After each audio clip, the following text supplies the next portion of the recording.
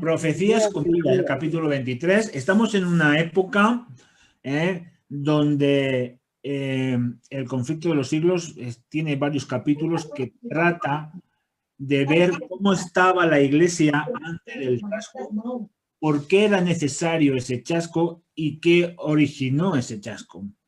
Este capítulo nos va a hablar exactamente de una serie de profecías que estaban diciendo cómo era la sociedad, bueno, la sociedad no, cómo era la iglesia, y lo podemos aplicar también a nuestros días, porque la verdad que es una exhortación para nosotros. Bien, antes de comenzar voy a recordar, como siempre, cómo podéis contactar con nosotros. Este es el número de teléfono de la iglesia a través del WhatsApp o a través del...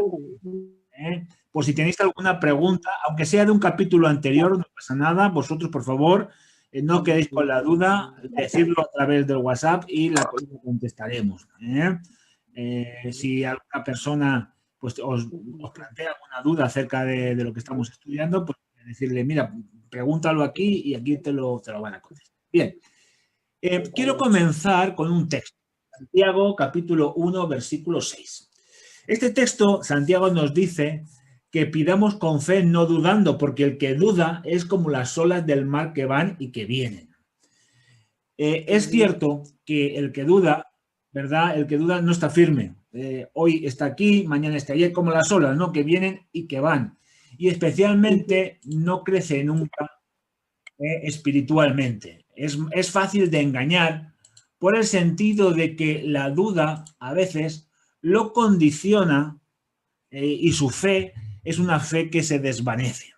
Esto es un poco lo que ocurrió con muchos creyentes, especialmente después del chasco de 1844. Bien, Satanás es el que induce las dudas en los corazones sinceros, porque tiene un objetivo, que nos alejemos de Cristo. Lógicamente, él va a querer siempre esto. En 1844, después del chasco, muchos dudaron. Quiere decir que se apoderó de muchos una gran duda y muchos pensaban que todo lo que habían vivido, el reavivamiento, las predicaciones, cómo la gente llenaba las iglesias, todo había sido un engaño, había sido una farsa. Y lógicamente, como una persona se siente dolida, se siente seriamente engañada, se siente derrotada. Muchos acabaron totalmente derrotados. Pero otros se aferraron a la palabra de Dios y no se hundieron ni abandonaron la fe.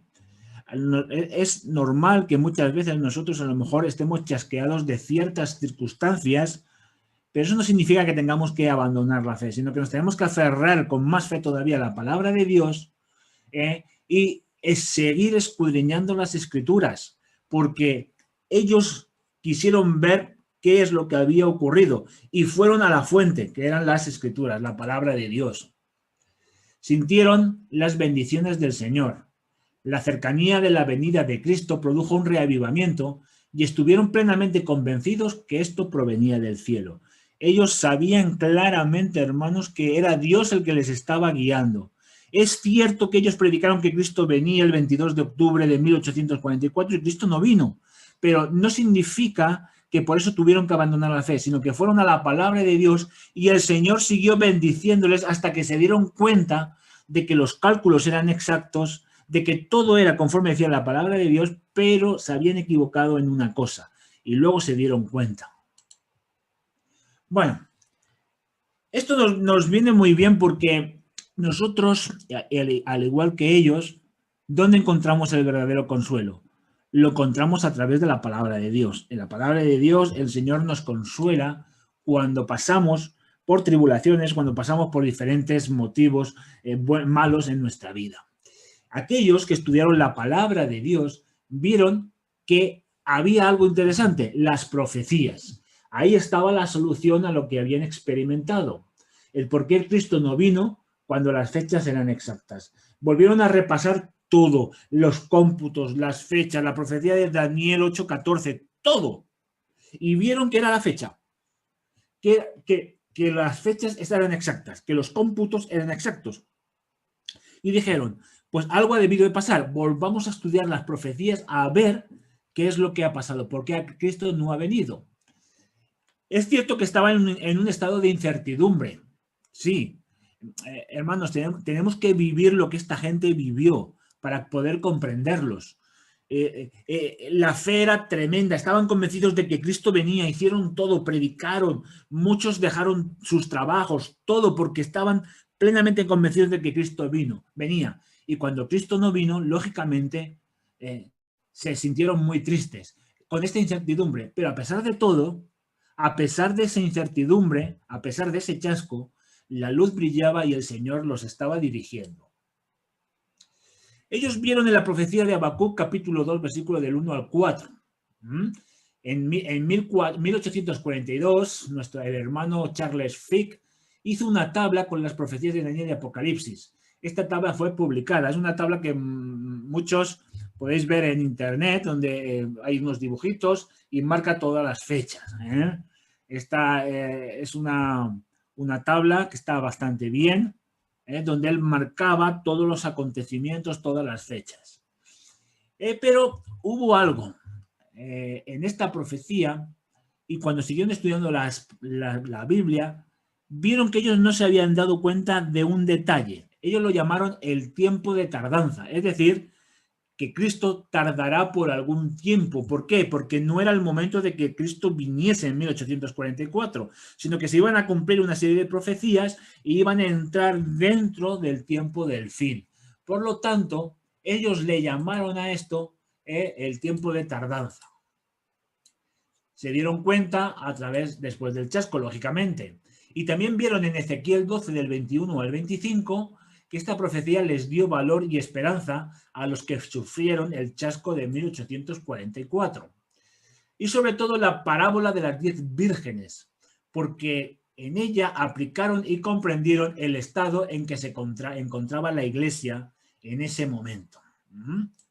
Bueno, vamos a ver un poquito la parábola de las 10 vírgenes de Mateo capítulo 25. Todo comienza en el capítulo 24, porque esta parábola expresa lo que sintió el pueblo adventista. En el capítulo 24, en el versículo 3, los discípulos le preguntan a Jesús qué es lo que iba a pasar. Y contestando a esa pregunta, Cristo desarrolla los acontecimientos que iban a suceder desde su primera venida hasta la segunda venida.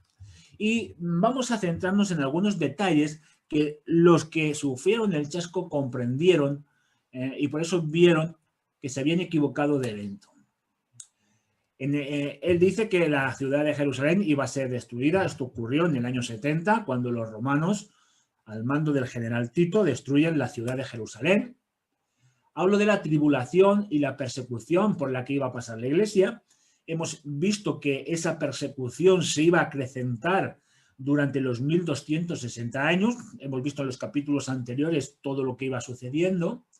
Vieron también, dijo que iba a haber una serie de señales, terremotos, las estrellas que iban a caer, el sol que se iba a oscurecer, y también habló de enfermedades, pestes, pandemias, etcétera, así como también guerras y rumores de guerra. Es decir, está pintando un poquito todo lo que iba a suceder. Y luego, en Mateo 25, Jesús refiere la parábola de las 10 vírgenes.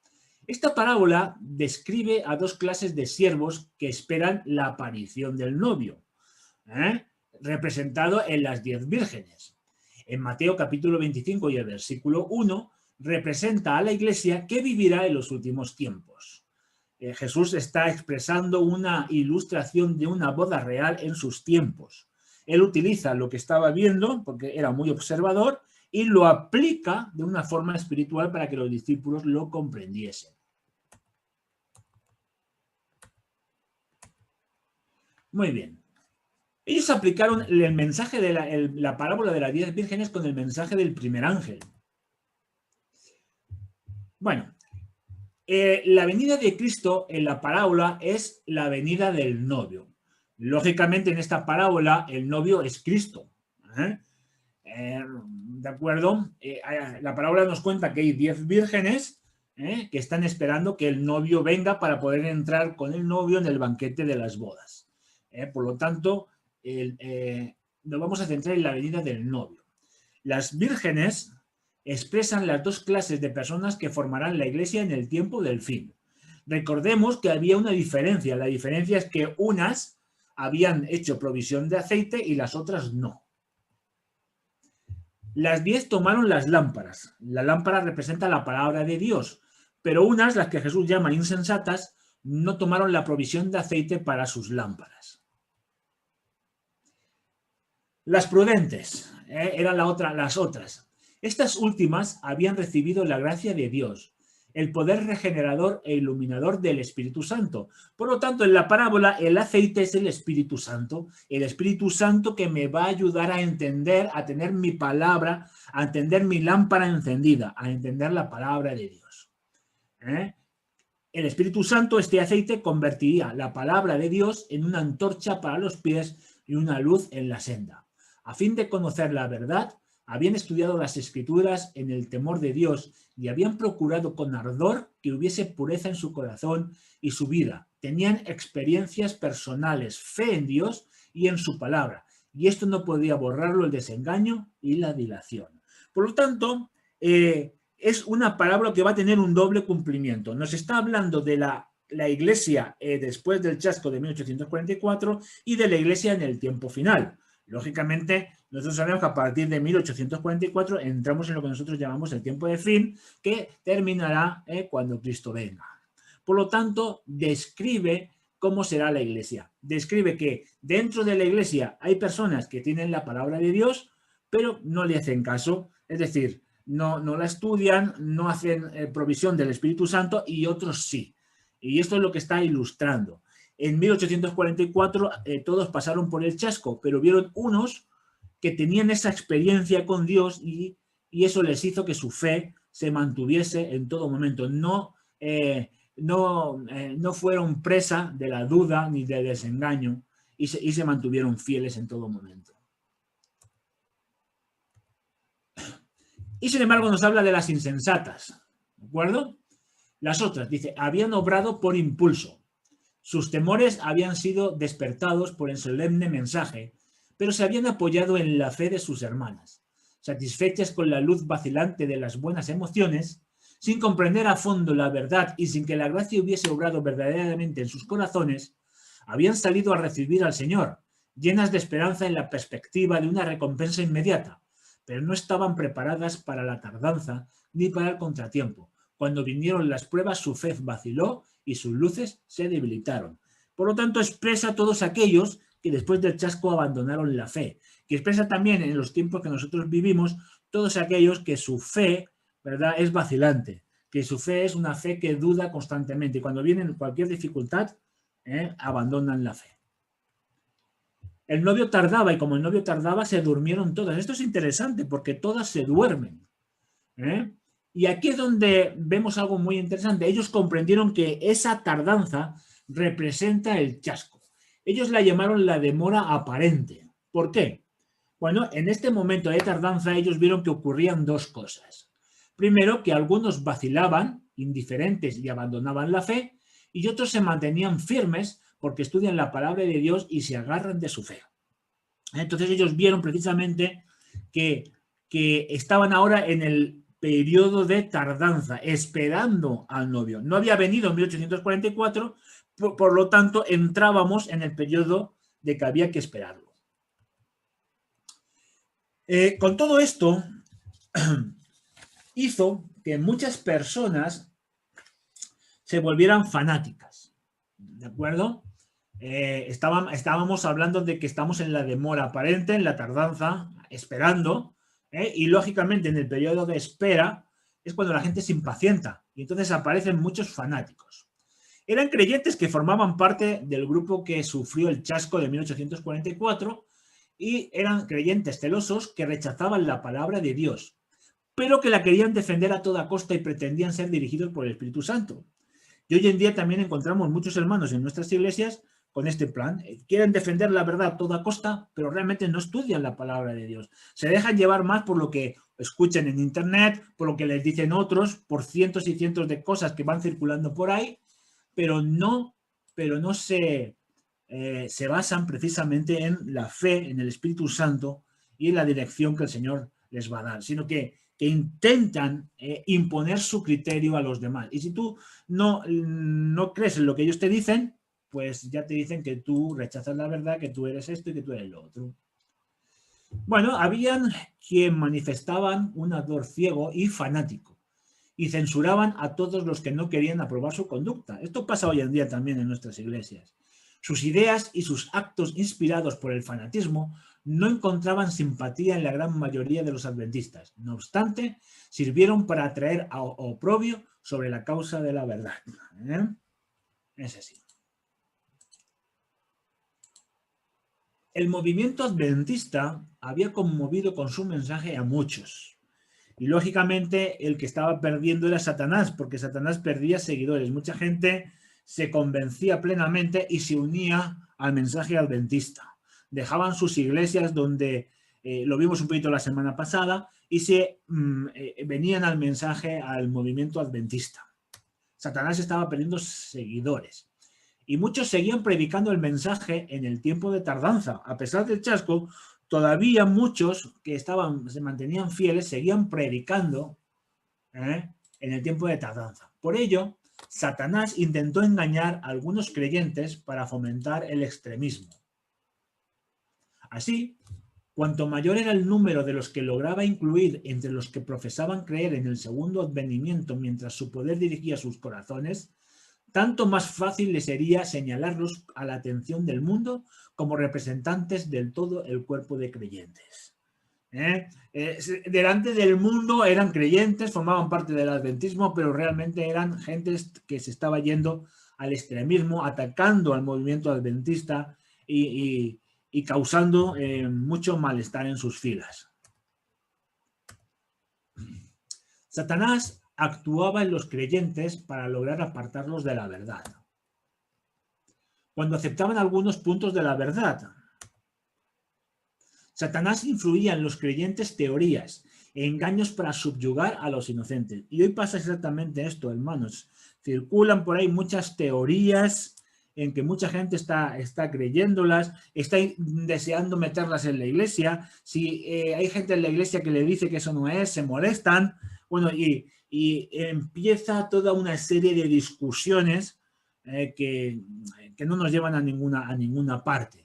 Pero tenemos que tener mucho cuidado, hermanos, con todo lo que vemos y con todo lo que oímos, porque por ahí circulan muchas cosas que tenemos que tener cuidado. En los cultos, muchos cultos que son historias, que son fábulas, consiguen engañar a mucha gente. Incluso en las ceremonias, mucha gente critica las ceremonias de la iglesia, que por qué se hace esto, que esto no se debería hacer en la iglesia, etcétera, etcétera, etcétera. En las ocasiones más solemnes, Satanás está ahí en las personas que puede emplear como sus agentes, formando movimientos extremistas dentro de la iglesia. Bueno, en los días de la Reforma, los enemigos achacaban todos los males del fanatismo a quien lo estaba combatiendo.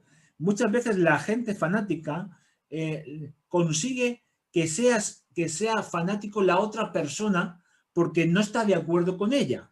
Es decir, tú no estás de acuerdo con ellos y el fanático eres tú. Esto es lo que pasaba en los días de la Reforma. ¿De acuerdo? Esto ocurrió también a aquellos que se oponían al movimiento adventista, con mentiras, con rumores, con falsos dones espirituales. Se introdujeran fanáticos dentro del adventismo no significa que el movimiento no fuera de Dios, sino todo lo contrario, porque Satanás quería destruirlo. Lo mismo le pasó al apóstol Pablo. Él, dentro de sus iglesias, hubo mucha gente fanática y él tuvo que luchar contra ese fanatismo. Le pasó a los apóstoles. El apóstol Juan, por ejemplo, lucha contra los fanáticos también. Le pasó a Lutero. Pasó en toda la Reforma.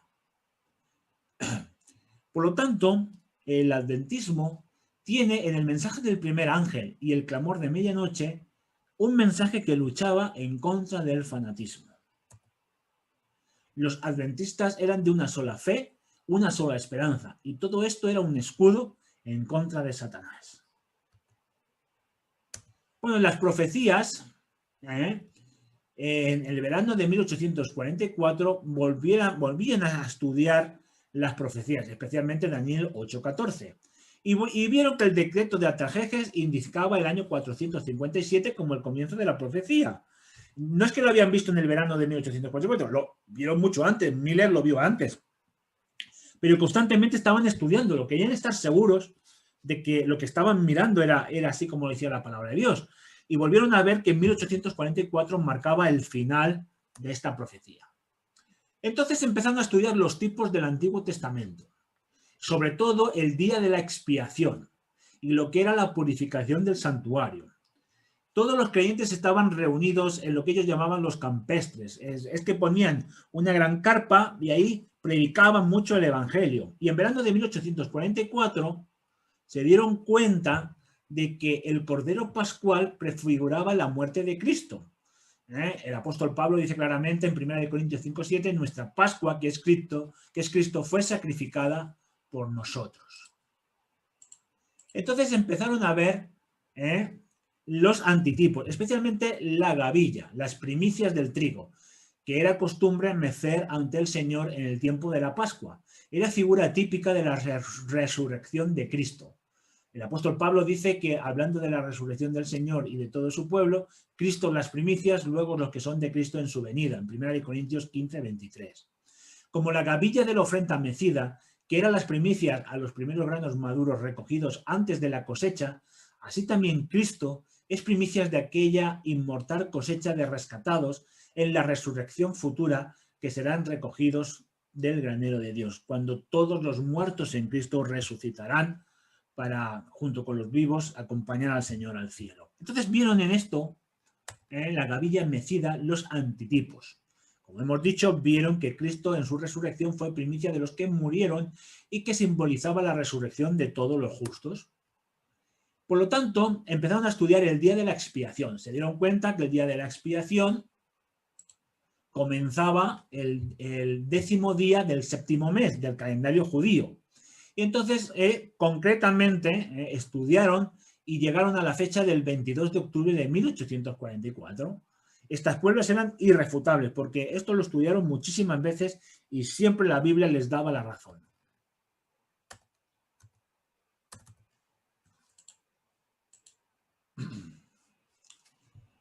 Estaban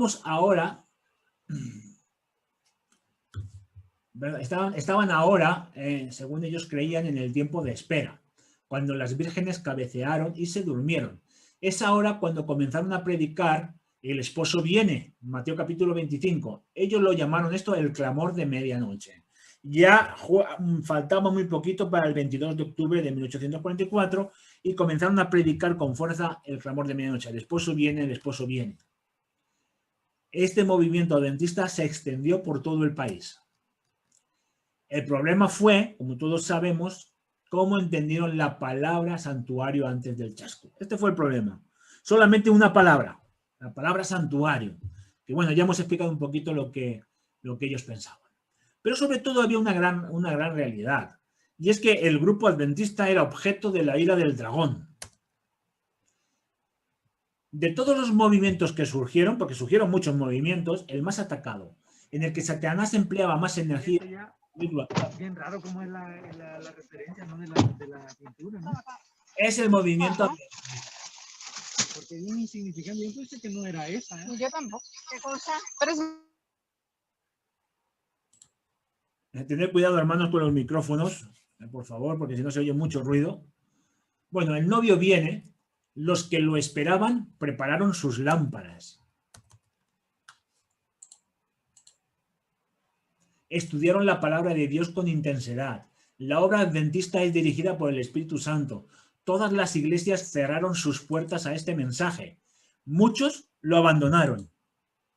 Pero a pesar de todo, se proclamó el mensaje del segundo ángel y Dios dirigía la obra. A pesar de todo lo que pasó, justo antes del chasco, Satanás estaba queriendo destruir el movimiento adventista a toda costa, pero aún así ellos siguieron predicando.